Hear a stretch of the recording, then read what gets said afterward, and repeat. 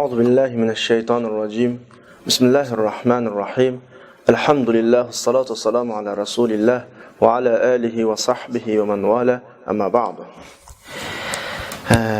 Sağdaşlarımız, biz bugün kitabımızdaki 4. dersiga keldik.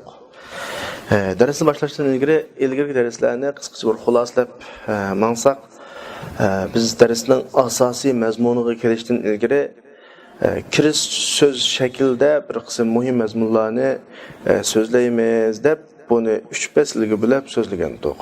Ya'ni kirish so'zda nahvining ta'rifoti, nahvining tadqiqot obyekti, maqsadi, g'arzi haqida to'xtalib, nahvining asosli chetiladigan, bog'lanadigan tarafi kalima va kalam bo'lib chiqdi. Kalima va kalam bo'lib chiqdi. Şu asasda biz kelimeni 3'e bölüp olgan bolduq.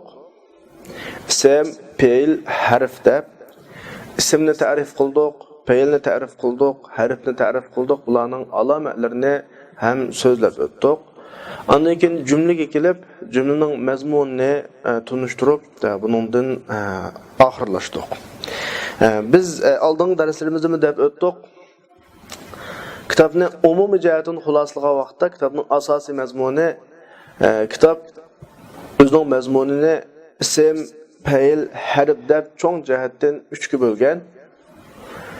Ism jumladagi o'rniga qarab turib yuz beradigan o'zgarishlar. Ismni 2ga bo'lgan, o'sha o'zgarishlar. Birisi ismul mu'arab, yana birisi ismul mabni. İsmul mu'arab deganimiz jumladagi grammatikalik o'rnining o'zgarishiga ergashib, shuning oxirisida o'zgarish paydo bo'ldigan ismlar, yana qurilmasda deb yengil tunishtirgan bo'ldik, taqa amaliy tafsil ekanmidik. Shu ismul mu'arab jumladagi o'rniga qarab turib 3ga bo'linadigan bo'lgan marfuat, mansubat, majrurat deb. Ondan keyin marfuat, mansubat, majruratdagi ismlarning turlari, marfuatda 8 turli ism var. Buni oldingi darslarda deb o'tib ketib qoldik. Do'stlarım bor. Mansubatda 12 turli ismlar var, majruratda 2 turli ismlar var. Mushularga ergashmish shaklda jumladagi grammatikalik o'rniga qarab turib emas, ma'nolarga ergashmish shaklda o'zgaradigan marfuat, mansubat, majrurat, ya'ni raf'i, nasb, jar o'qiladigan bir bo'lik ismlarni biz tabi deb atab, buni 5 turga bo'lib so'zlab o'tdik qisqacha. Undan keyin jumladagi o'rni o'zgarsimi, o'zi o'zgarmaydigan, shakli o'zgarmaydigan ismlarni ism mabnida buni 8 turli ism bilan do'stga yozgan bo'ldik. Undan keyin fe'illarning turlari, harflarning turlari bizning nahviningki umumiylik xaritasi mazmuni mush bo'lgan. Ya'ni biz nahvini cho'ng jihatdan ism, fe'il, harf deb 3 bilan bilib olgan. Oldida o'qigan mazmunlarning hammasi mush mazmunlarga kelishdan ilgari to'liqli mazmunlar. Ya'ni nahvi degan nimalarni tadqiq qiladi, harf degan nima, ism degan nima, fe'il nima, kalam degan nima tugatdi. Endi bugungi 4-darsda biz darsning asosiy qismiga endi keldik. Ya'ni bizning nahvini cho'ng jihatdan ism, fe'il, harf deb 3ga bo'lib oldik emas. Shuning birinchisi al-babul avval, ya'ni kitobimizdagi birinchi qismi ism. Ismdan boshlaymiz. Ismdan boshlagandami biz ismni nechaga bo'lgan to'q? 2ga bo'lgan to'q. Ismul mu'arab va ismul mabni deb. Ismul mu'arab, ismul mabni. Biz ismul mu'arabdan boshlaymiz. Bugungi darsimizda ism mu'arab, ism mu'arab degan gap i'rob beriladigan ism degan gap. Undan keyin ismning i'robiga qarab turib beriladigan yoki o'zgaradigan alomatlar, ismdagi alomatlar. Undan keyin ismning o'zgarish turlari, necha xil ism bor, necha xil i'rob beriladi. Jumladagi o'zgarish ahvoliga qarab turib degandek mush masalalar bugungi darsimizning asosiy temasi bo'ladi. Andas kelayli abturdatu الاسم ينقسم إلى قسمين معرب ومبني ونذكر أحكامه في بابين. اسم iki türge bölünüdü. Mu'rab ve mebni. Biz bu isimning ahkamlarini, qoidalarini iki cho'ng bab so'zlaymiz. Birisi al-ismul mu'rab, ya'ni birisi al-ismul mebni. Biz bayatında dedik-ku, isimni cho'ng jihatdan ikkiga bo'lib oldik. Al-ismul mu'arab va al-ismul mabni. Bizning hozir o'qiydiganimiz al-ismul mu'arab va uning oxiridagi boshqa nimalar mazmunlar. Nas kelayli. Ismul mu'arabni biz 5 nuqtaga bo'lib turib tushunamiz. Birisi va fihi muqaddima. Ism mu'arab to'g'riliq bir bilik mazmunlar. Biz bayatmalaqa ismul mu'arabni marfuat, mansubat, majrurat deb 3 ga bo'ldik emasmi? O asosiy qismi ashyaga bag'uvchi bo'lgan mazmunlar hammasi ism mu'arab to'g'riliq qo'shimcha, ammo bilmasak bo'lmaydigan mazmunlar. Va thalathatu maqasid. Ism mu'arabning asosiy 3 turi. Marfuat, mansubat, majrurat va xotima tawabilar. Ism mu'arab to'g'riliq bir bilik ma'lumotlar bu muqaddimada so'zlanadi, fihi muqaddima va ism mu'arabning 3 qismi marfuat, mansubat, majrurat va salasatu maqasid so'zlanadi va ism mu'arabga ergishib o'xshash o'qiladigan bir bilik ismlar va tawabilar bu xotimada so'zlanadi. Shunda bo'lib ism mu'arab tugaydi.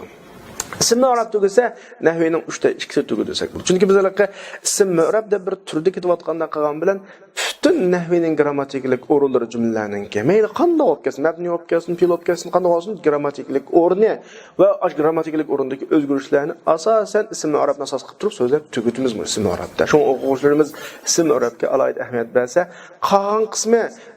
qolgan qismi ma'nodagi muhim emas yoki o'zlashtirish qiyin emas. Eng muhimi, eng qiyini al-ismul mu'arab. Nosa ism mu'arabni biz bir muqaddimada so'zlaydigan bo'ldik, bir qism ma'lumotlarni 3 maqosidda, ya'ni 3 turda marfuat, mansubat, majrur so'zlaydigan bo'ldik va oxiridagi xotimin tavobi so'zlaydik. Mushu bo'yicha kalimiz to'g'ri bo'laydi, ya.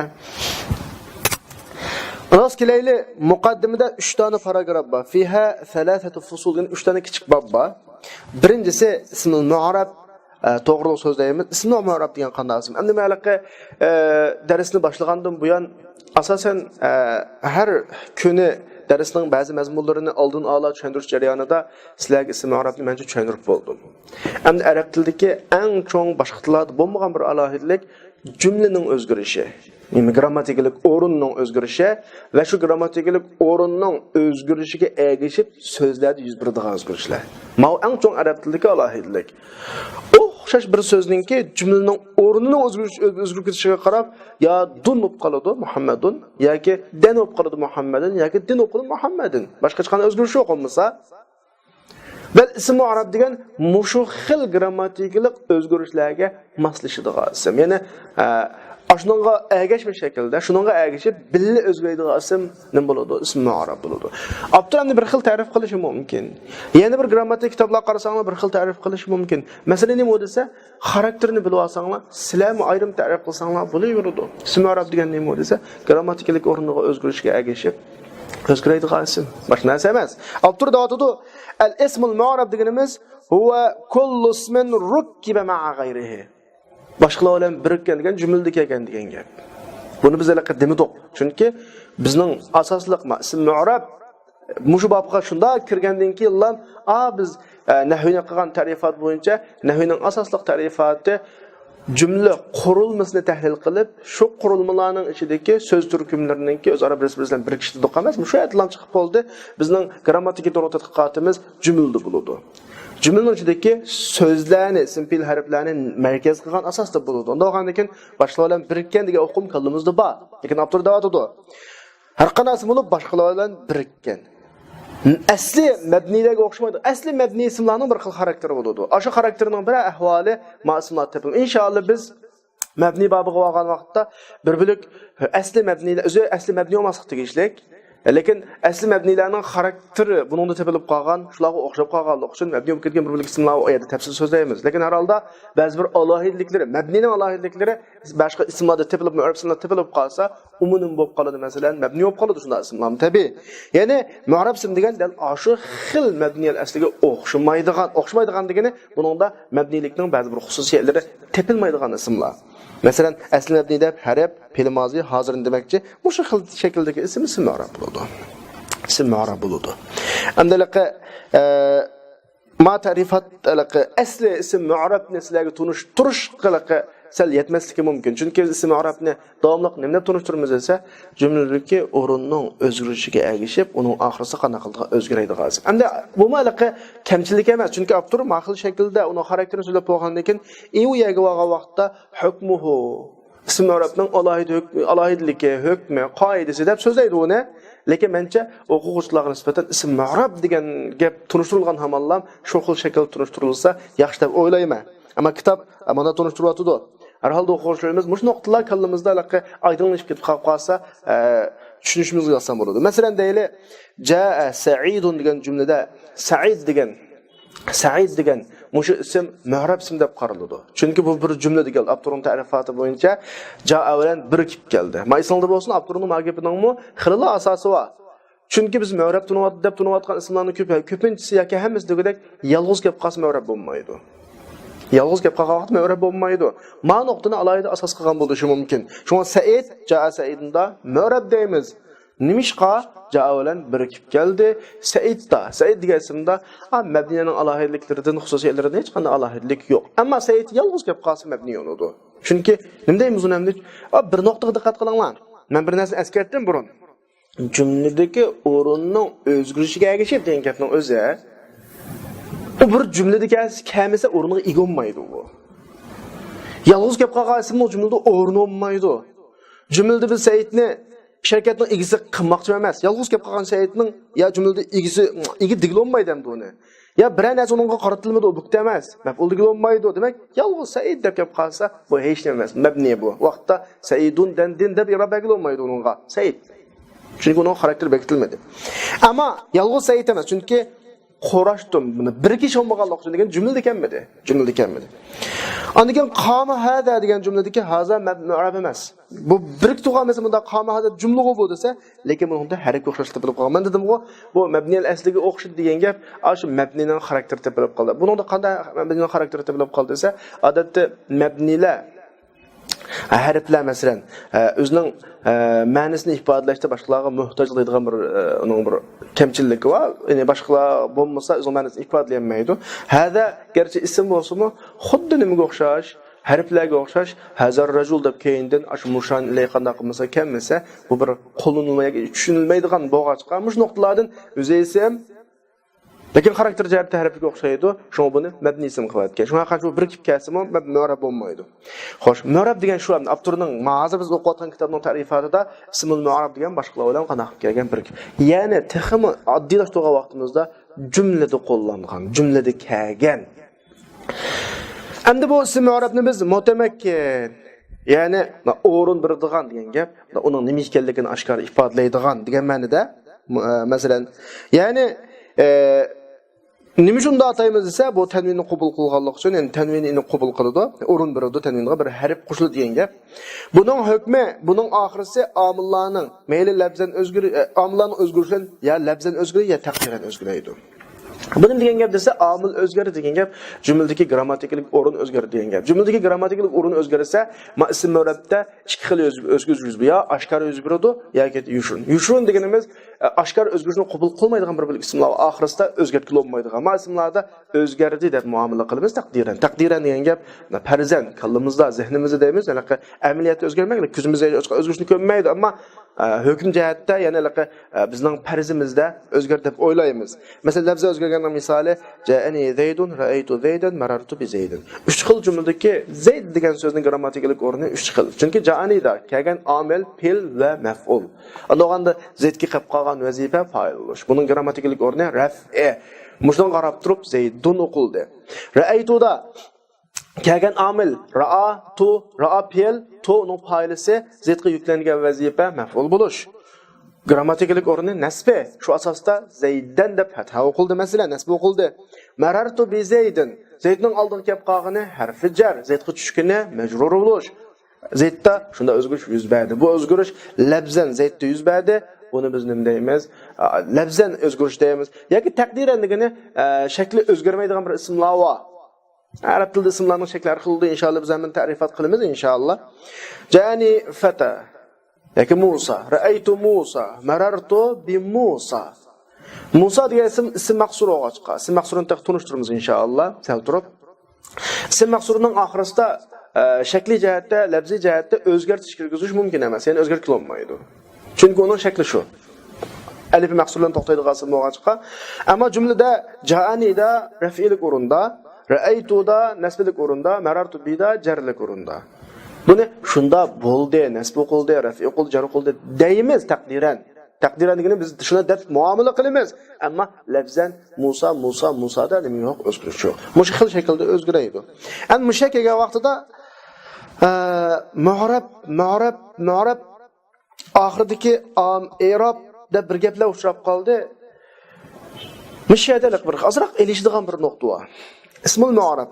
Ja'ani Zaydun, ra'aytu Zaydan, marartu bi Zaydin, biz Zaydni ismi mu'rab dedik.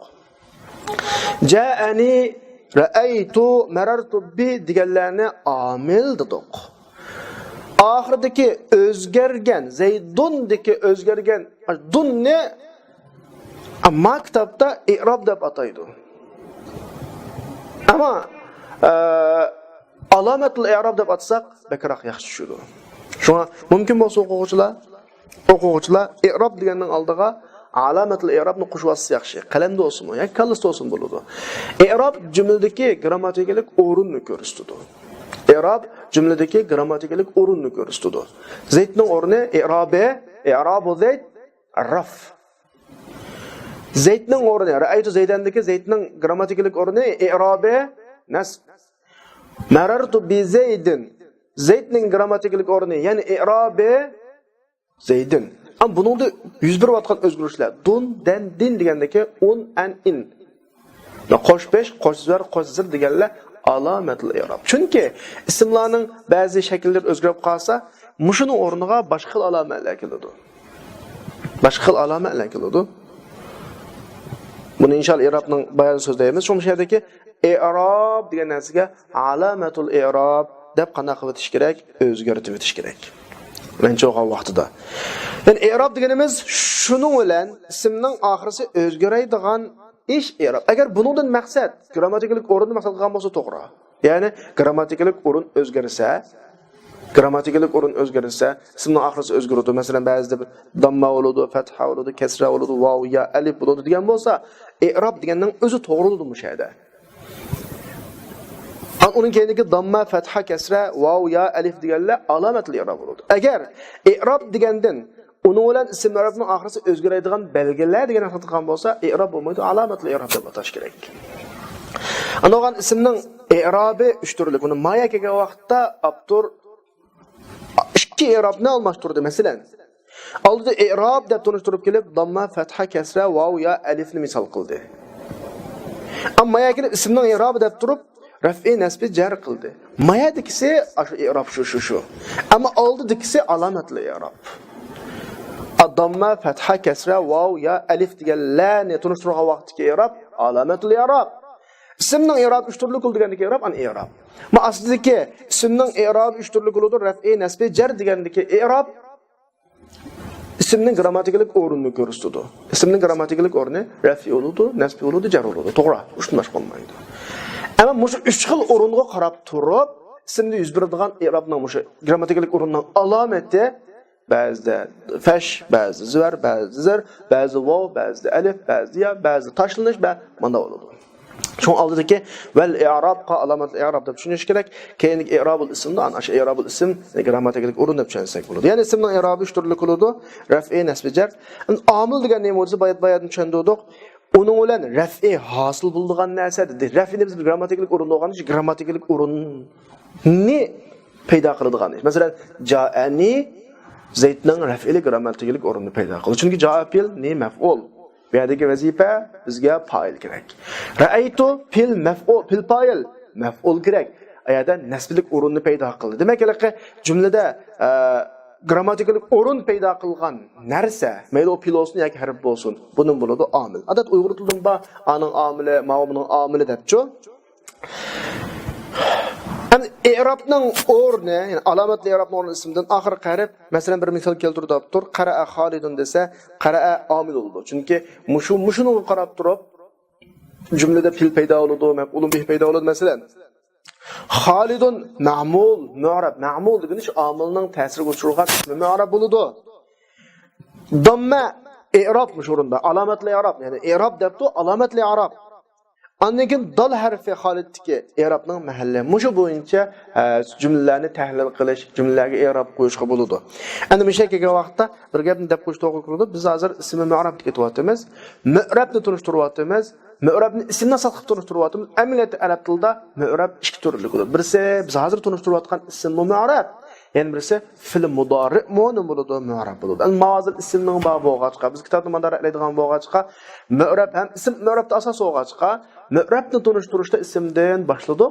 Ama fil mudari timo, o'sha mu'rabning alohidliklari, o'zgarishlar, uning alomatli i'rob bo'ladi. Masalan, garchi ism bilan o'xshamasimi, grammatikalik o'rin o'xshagan bo'lg'achqa yuz beradigan o'zgarishlar bo'ladi. Bularni inshaalloh so'zlaymiz mu'rabning bayonida, ammo hozir ismni asos qilib turib so'zlaymiz. Shu abturda shuni bilginki, Arab tilda, Arab cümlelerinde mu'rab fakat ism mutamakkin ve fil mudari ikkilar. Ma fil mudari'ning hukmi inshaalloh ikinci qismda keladi. Yani filning bayonida keladi. Uni oyatda so'zlaymiz. Biz mayada ismni asos qilib turib qana qilamiz, so'zlaymiz. Xo'sh, endi bizlar bayatdan akagan misollarimizda Zeyd uchrab qoldi. Ja'ani Zeydun ra'aytu Zeydan deb qoldik. Fata uchrab qoldi. Lekin bu uchirmagan taqdirdami, sizlar biz Arab cümlelerini qo'llangan vaqtda ba'zi birlik ismlar bo'ladi. Rajulun o'xshash. Ikkilik ismlar oldi rajulan o'xshash. Ko'plik ismlar oldi muslimun o'xshash. Ayollik ko'plik ismlar oldi muslimatun o'xshash. Bu xil o'zgarishlar bir qoidaga hammasini tushmaydiganligini taqozo qiladi. Tabiiyki, hammani bir qoida solamizdak unda bo'lmaydi masalan. Chunki biz bayatni davatgan o'xshamaydigan ism arablarningki xarakteri o'xshamagan bo'lg'achqa, damma fatha kasrani hammaga qo'ymaymiz, qo'yolmaymiz. Masalan, mushuna qaragan vaqtda ismlarning i'robi, grammatikalik o'rni bir xil. Har qanday jumlada raf'i nasb jar. Ammo ismning o'xshamasligiga qarab turib, mushu grammatikalik o'ringa qo'yilgan belgilar. Raf'ilik o'rni nima bilan ifodalanadi? Nasblik o'rin nima bilan ifodalanadi? Jarlik o'rin nima bilan ifodalanadi? Mana alomatlar farqlanadi. Buni biz asnaf i'robil ismning i'robining turlari deb ismdan birini qo'ydik. Ya'ni butun o'xshamaydigan ismlardagi i'roblarning o'xshamaydigan shakldagi ifodalanishini, o'xshamaydigan shakldagi belgilarini ko'rib chiqamiz. Ismning i'robi 9 turli bo'ladi. Ismni asosan 9 turga yaqin chaqlaymiz. Masalan, buning ichidagi birinchisi raf'ilik o'rin. Kallamda bo'lsin, grammatiklik o'rin faqat 3, raf'i nasb jar. Faqat o'zgarish har xil. Ismning i'robi 9 degan, ismning i'robining alomatlarining o'zgarishi 9. Amaliyat ismning i'robi 9 bo'lmaydi. Ismning i'robi raf'i nasb jar bas. Ja'ani Muhammadun ra'aytu Muhammadan marartu bi Muhammadin. Hammasi raf'i nasb jar. Ja'ani muslimuna ra'aytu muslimina marartu bi muslimina. Ham raf'i nasb jar. Lekin ikkitiki o'zgarish o'xshamayotdi. Anada Muhammadun desak, manada muslimuna, muslimina davatimiz. Demak, raf'i nasb jar. O'xshashga jumlada, ammo yuz beradigan o'zgarish, alomatlar, ifodalanadigan belgilar o'xshamayotdi. Dal hozir biz 9 tur deganimiz i'rob emas, i'robning alomatlari maqsad. Ana o'ganda ismning i'robining alomatlari 9 turli bo'ladi.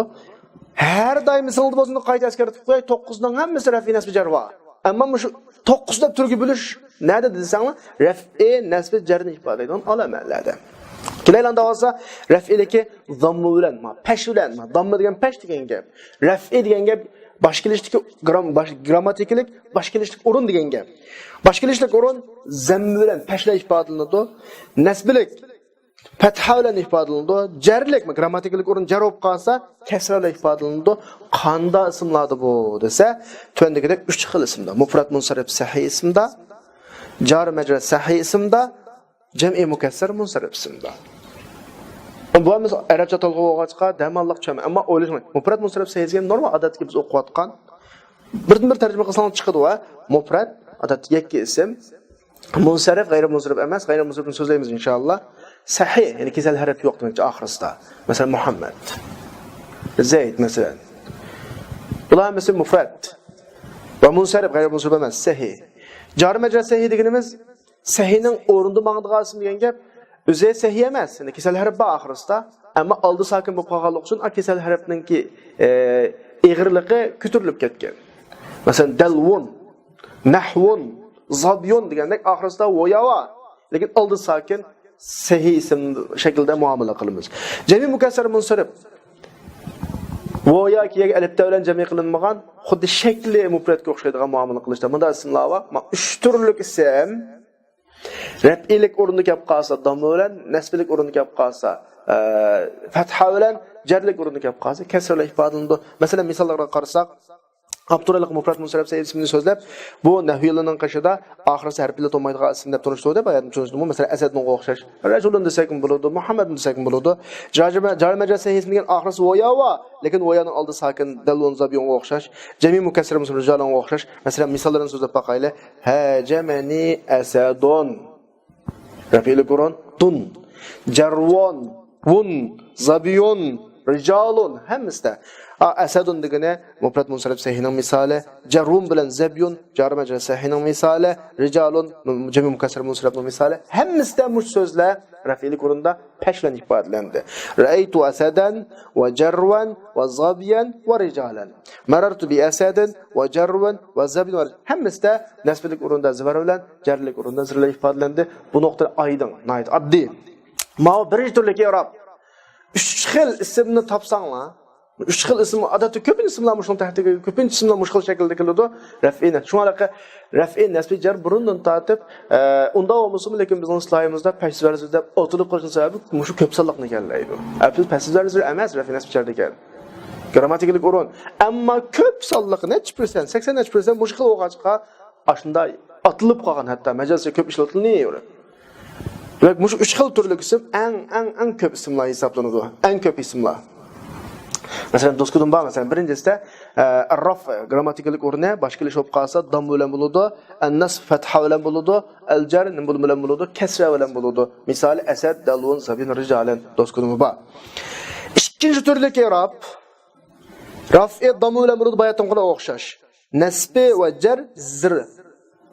Nasbi va jar zir bilan bo'ladi. Unda o'g'anda aldıdaginin farqi zar qildigan zar qiladi. Mushlam tushunasanglar bo'ladi. Masalan, bu xil qoida jami muannas salim alifta bilan ko'plik qilib aylantirilgan ayollar ko'pliklarda bo'ladi. Muslimatga o'xshash.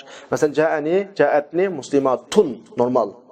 Ra'aytu muslimat. Asli zar qildigan o'rinma u. Nasblik o'rin bayatda ko'p qas. Ammo mush xil shakldagi ismlarning hammasi zar qildigan o'rinda zar qiladi. Marartu bi muslimat ma'noda farqi yo'q. Ma'o nechanchi xil shakli, ikkinchi xil shakli. İrabninki. Üçüncü xil şekli raf'i damma bilan bo'ladi, nasbi jar fatha bilan bo'ladi. Yani ma'noda üçüncü xilninki, ikkinchi xilninki aksi. Ya'ni zir qildigan zar qiladi. Bu g'ayri munsarif ismlar xos. Bizda g'ayri munsarif ismlar to'g'ri to'xtalmadik. G'ayri munsarif ismlar degan arab tilidagi bir bo'lak ig'irlik sabablari tepilib, odatdagi ismlarga o'xshash muomala qilolmaydigan, sal yengillashtirishni taqozo qiladigan, tanvin kirmaydigan, zir kirmaydigan bir ismlar bor. Ig'irlikning 9 xil sababidan 5 xil sabab tepilib qolib qolsa, zir o'qilolmaydigan, yengillashtirish uchun tanin o'qilolmaydigan shu xil ismni g'ayri munsarif deymiz. Inshaalloh so'zlaymiz. Mushunday ismni kelib qolsa, pash normal o'qiladi, zir normal o'qiladi, lekin zir o'qildigan yerda ham zir o'qiladi. Masalan, jani ahmadu, ra'aytu ahmada, marartu bi ahmad. Asli bi ahmadi bo'lishi kerak, lekin g'ayri munsarif bo'lsa zir o'qiladi. Ma o'zgarishlar. 4-chi xil i'robda raf'il kaliti vav bilan mega vaqtda i'rob harakatlar bo'lmay harf bilan bo'ladi hamda i'robning alomati. Nasbli kalit alif bilan, jarli kalit ya bilan bo'ladi. Bu mukabbar cho'ng holatdagi olti ism, musaqqar emas demakchi. Yakka holatdagi ishkilik ko'plik emas demakchi. Va mutakallim yasini boshqa ismlarga izofat qilingan shakldagi bir 6 ism bor. Ba'zi grammatik tilda 5 deydi, ba'zi 6 deydi. Bu 6 g'ayri emas. Mushaqil ismda zivar zir pashning o'rinda alif, vav, alif, ya bilan ifodalanadi. Zivar zir pashning o'rinda vav, alif, ya bilan ifodalanadi.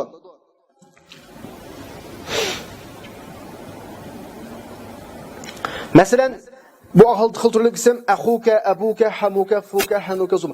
Mushundan bilib olsak bo'ldi, bunda keng tatbiq qilinadigan qoida emas. Mushundan bilib olsak bo'ladi. Shunga baq qiyin emas ma'vo. Lekin buning mushtaqi pashi qildigan yerda vav bilan kelishi, zir qildigan yerda alif bilan, zir qildigan ya bilan kelishi sharti musha holatni saqlagan bo'ldi, kichikiltilmas. Rajul, rujal bo'lmas. Axuk shaklda, o'xayk emas. Ondan keyin mufrad shakl ishkilik ko'plik emas. Mutakallimning yastin boshqa yerga izofat qilingan shaklda mush 3 shart bo'lsa, mushuni hozir qilib o'qib bo'ladi. Masalan, ja'ani axuk, abuk, hamuk, fuk, hanuk, sumal.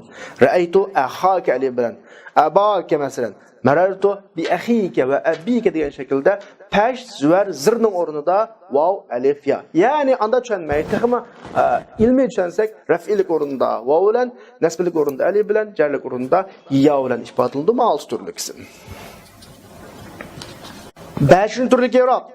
Yuqoridagi 4 turlik oldu emasmi? Ama 4 turlikning bir dars, oxiridagi 5 turlikning bir darsga ayirib o'tibdi. Biz o'qiyveramiz.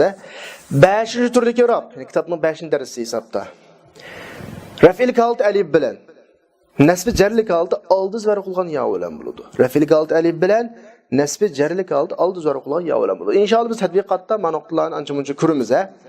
Bu ikkilik ismlarga va kilokiltalarga damirg'iz muzab bo'lib qolsa va isnatan ma so'zlarga. Ma kilokilta, isnatan deganlar bilsa musannaning mulhaqatlari deb qo'yamiz qo'shimchalar.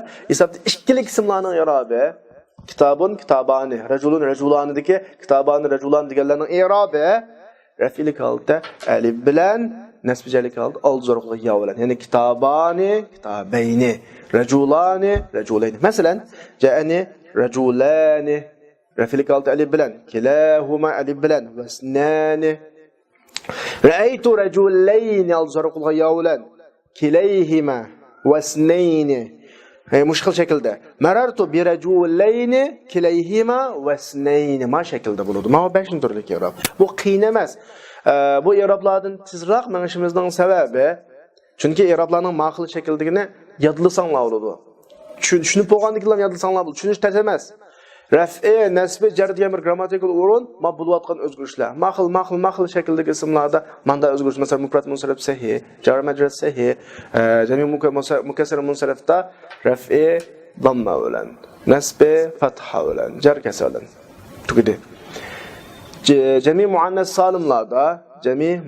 salimlarda raf'i damma bilan, nasbi fatha bilan, jar nasbi kasra bilan, jarmu kasra bilan. Gayri musrif ismlarda raf'i damma bilan nasbi jar fatha bilan.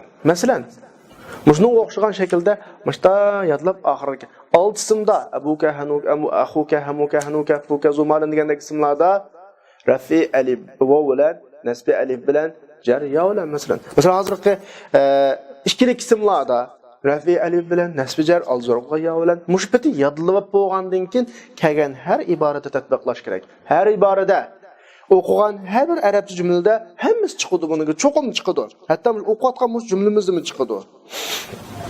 6-xil tur raf'i oldi zar qilgan pash bilan nasbi jar oldi zar qilgan yo bilan. Nima o'zi jam muzakkar salim va uning qo'shimchalarida bo'ladi. Qo'shimchalar deganimiz o'zi jam muzakkar salim bo'lmasin, lekin shakl o'xshaydigan bir ismlar bor. Masalan, ulu, ashrin onun hamraları desek 30, 40, 50, 90 gacha hisobda. Masalan, ja'ani raf'il kalat muslimun 20 rajulan ulu malan. Masalan, hammasida boshqalish raf'il kalat vovlan ifodalanadi. Ra'aytu muslimin, ra'aytu 20 rajulan, ra'aytu uli malan. Hammasida ya'la ifod. Marartu bi muslimin va 20 rajulan va uli malan. Hammasida ya'lan ifodalanadi. Demak, ma 6-turlikda jami muzakkar salim deb qo'yamiz. Voni bilan jami qilingan ismlardagi i'robdagi o'zgarishlar mushkil bo'ladi. Boshqalish holati voga qarab ayiramiz, nasbi jarlik holatini, egliklik shumgilish holatini yo bilan ayiramiz. Endi bir şey adalıqqa 5-qoida, 6-qoida biz ikkilik ismlar bilan ko'plik ismlarni gapini qilib qoldik. Yani kichkina bir qoida bor. Ikkilik ismlarning oxirisida bir nun vazir qildigan ko'plik jami muzakkar salim ismlardan bir nun vazir qildigan ikkilikning nuni zodi menga zir qiladi. Ko'plikning nuni zir qiladi, muzab bo'lgan vaqtda tushib ketib qoladi. Mushu qoida burun so'zlanib bo'lgan qoida askarchi bir o'rtada turibdi. Va alam bilvag'inki ikkilikning nuni menga zir qiladi. Köpçükning nuni menga zor qiladi. Ikkilisi izofat qilgan vaqtda, muzab qilgan vaqtda tushib ketadi. G'ujani g'ulama, asli g'ulamani Zaydin. Muslimu, asli muslimuna Misr. Deganda kalaqa tushib ketadi. Xolos. 7-qoida. Mesela qoidaning xarakterini tushundinglar. Qoidaning qiyin emasligiga nisbatan. Qoidaning xarakteri grammatikalik o'rin shu, raf'i nasbi jar shu. Bo'layotgan ahvol faqat o'zgarish. Grammatiklik qoida shu, bo'layotgan ahvol faqat o'zgarish. O'zgarish ya jamma, kasra, fatha bilan bo'ladi. Damma, fatha, kasra. Ya vav alif ya bilan bo'ladi. Yoki vav ya bilan bo'ladi, ya alif ya bilan bo'ladi. Va shunga o'xshagan shaklda. 7-sida raf'il holat damma yushun. Ashkar emas. Nasbi, fatha yushun, jar, kasra yushun. Demak, uchta bir xil holat turadi. Kallimizda taqdiran mishadar, fatha, damma, kasra ba deb o'ylaymiz, ko'zda yo'q. Bu qanday ayet desa maqsur ismlar. Bayatın bizlar Musa da misal keldik emas, şu. Maqsur degan qanday ism desa oxirisida alif maqsur o'qilsa, masalan Fata, Musa, Isa degandek. Va mutakallimning yaz qizab qilingan ikkilik emas, jami muzakkar salim emas. İşkilik bilan jami muzakkar salimdan boshqa mutakallimning yaz qizab qilingan har qanday qism, ya'ni masalan kitobi, talibi, ustozi, muallim degandek, masalan muallimi degandek. Masalan g'ulami degandek-chu. Tatbiq misal alayli, ja'ani Musa, başkilish. Musa, ra'aytu Musa, marartu bi Musa. Ushul holatda sa. Amma grammatikalik o'rnidan birisi başkilish, birisi nasb, birisi jar. Ja'ani g'ulami, ra'aytu g'ulami, marartu bi g'ulami. Hammasta mi kelyapti masalan. Maviyatın türlü kirab. 8 türlü kirab damma, raf'lik holatda dammani yushun, pash yushun bilan bo'ladi. Nasblik holatda zivar ashkara, jarlik holatda kasra yushun. O'xshash illaki nasblik holatda zivar ashkara. Bu xil qoida manqus ismga xos. Manqus ism degani qanday ism desa oxirisida ya va oldi zir. Maksurun ma qablaha degan oldi zir. Masalan al-qadi, al-thani degan al-ghazi degandekchu. Masalan ja'anil qadi, ra'aytul qadiyya, marartu bil qadi. Bunaqa bir sarf qoidasi asasak ya harakat eg'ir illaki oldi ziroga vaqtda zivar harakat yangi bir qoida bor. Ra'aytul qadiyya shu qoidani tatbiqlab baqsanglar bo'ladi. Ra'aytul qadiyya shu qoidani tatbiqlab baqsanglar bo'ladi. Alif lam yavatqandan keyin shu masalan ja'ani qadin, ra'aytu qadiyan, marartu biqadin. Mana shaklda. O'xshash.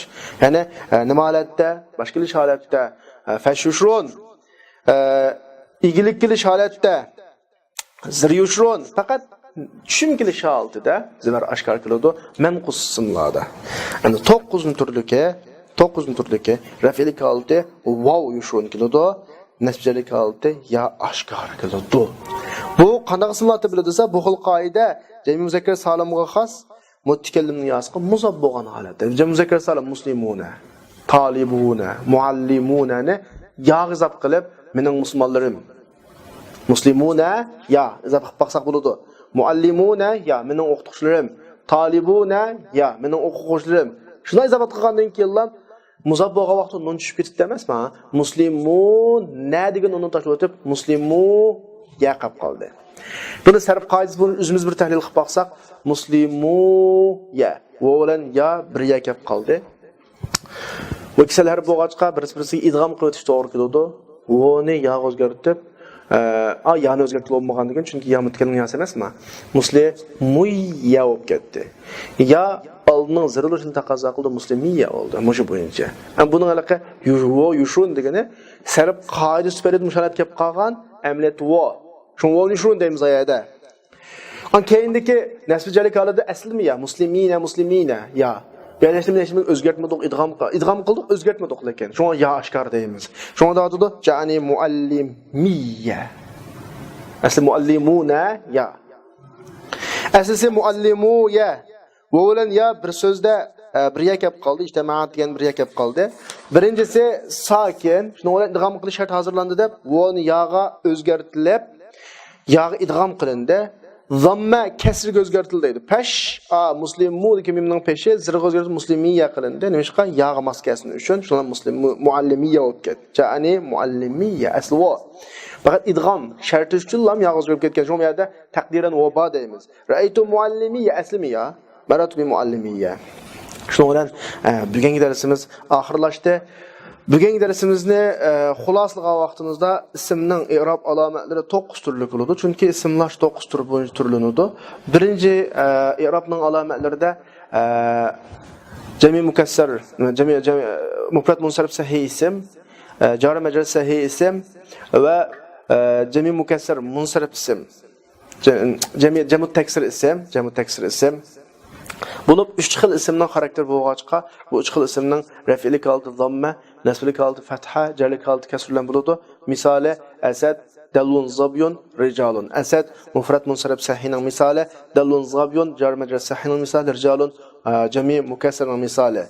İkinci türlü i'robda raf'i damma bilan bo'ladi, nasba va jar kasr bilan bo'ladi. Demak, zora qilg'ayda zara qiladi. Qaysi xil ismlarda jami muannas salim ismlarda.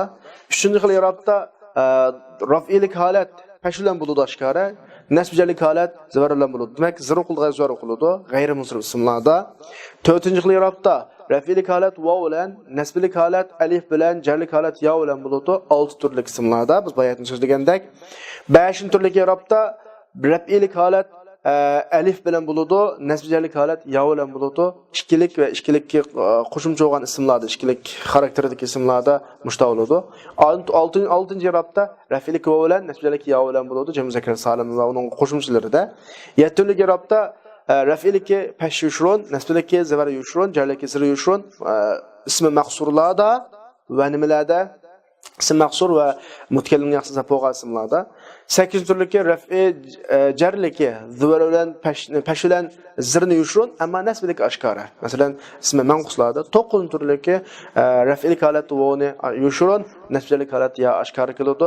Jami muzakkar munsarifniki mutakallimning yaxshisi muzab bo'lgan holatda mushu xil qoida tatbiqlanadi. Endi buning aloqa tatbiqotiga kelsak, masalan, birinchi qoidada 3 xil turyapti. Mufrad munsarif sahih, jari majrur sahih, jami mukassar munsarif ismda. Masalan, mufrad munsarif sahihning misoli Qur'oni Karimdan shu xildagi ismlarni topsanglar bo'ladi. Va ma Muhammadun illa rasulun. Buningdagi Muhammad, Rasul har ishkilisi mufrad munsarif sahih. Hozir grammatikalik o'rni hozir oyatda raf'i o'g'achqa pesh bilan ifodalanyapti. Jari majrur sahihning misoli فَمَنْ عُفِيَ لَهُ مِنْ أَخِيهِ شَيْءٌ deki şey'un. Bu jari majrur sahih grammatikalik o'rni ufiyaninki naib fa'il uslub raf'ilik o'rinni bo'lg'achqa zamm bilan ifodalanyapti. Er-rijalu qawwamuna 'alan-nisa, er-rijalu an-nisa deganlar ikkilisi jami mukassar munsarif bo'lib, grammatikalik o'rni er-rijalninki raf'ilik o'rinda damma bilan ifodalanyapti. Alan-nisa jarlik o'rinda nima bilan ifodalanyapti? Zir bilan ifodalanyapti. Kasr bilan. Undan keyin ikkinchi qoida jami mukassar, jami muannas, jamul muannas salimning misoli idza nakahtumul mu'minati. Yani bunun yarqin ifodasi zir qildig'ayadi, zar qildig'ayadi, zir qildi emasmi? Al-mu'minaning grammatikalik o'rni nasbi. Nakahtumning maf'ulun bihsi, lekin nima qilyapti? Zir qilyapti. G'ayri munsarif. Üçüncü qoida g'ayri munsarif ismlarda başka o'zgarish yo'q. Zir qildig'ay, zar qildi emasmi? Va mubashshiran bi rasulin ya'ti min ba'd ismuhu Ahmad. Ahmad g'ayri munsarif, tanvin kirmavadi. Raf'ilik holati damma bilan ifodalandi. Agar jarlik holati kelib qolsa, cho'qim zar bilan ifodalanishi. 6 ismning birisi faman ufiya lahu min akhihi shay'un. Min akhi jarlik holati ya bilan ifodalanadi. İşkilik ismlarda ma unzila alal malakayni, yani ala'nın sebebinden bu yerdeki grammatikalik o'rin jar bo'ladi, ya bilan alt zor qilgan ya bilan ifodalanadi. At-talaqu marratan alif bilan ifodalanadi. Jami muzakkar salim misali va alallohi falyatavakkalul mu'minun. Yatavakkalninki fa'il o'g'achqa mu'minun raf'ilik o'rinda va bilan ifodalanadi. İsim maqsurning misali va izistasqa Musa liqavmi. Musa istisqaning fa'ili amma pesh, yani damlik holat yushun ifodalanadi. Manqusning misali va iz akhrajahu allazina kafaru thaniyasnayni. Yani thani nasblik o'rinda o'g'achqa zavar oshkor kelyapti. Jami muzakkar salimninki mutakallimning yozqa izobat qilingan misollari bo'lmag'achqa vaqtlar tepilmadi. Ondan başka muş misallarda yine başka muşun ayetlerini qarasanglar başka türlerinin misalları çıkıdı. Ve kalan şekillerini üzerine ayet hadislerini izlep tatbiq qilsanglar bo'ladi. Şunu bilan bugungi darsimiz oxirlashdi va axiru da'vana alhamdulillahi robbil alamin.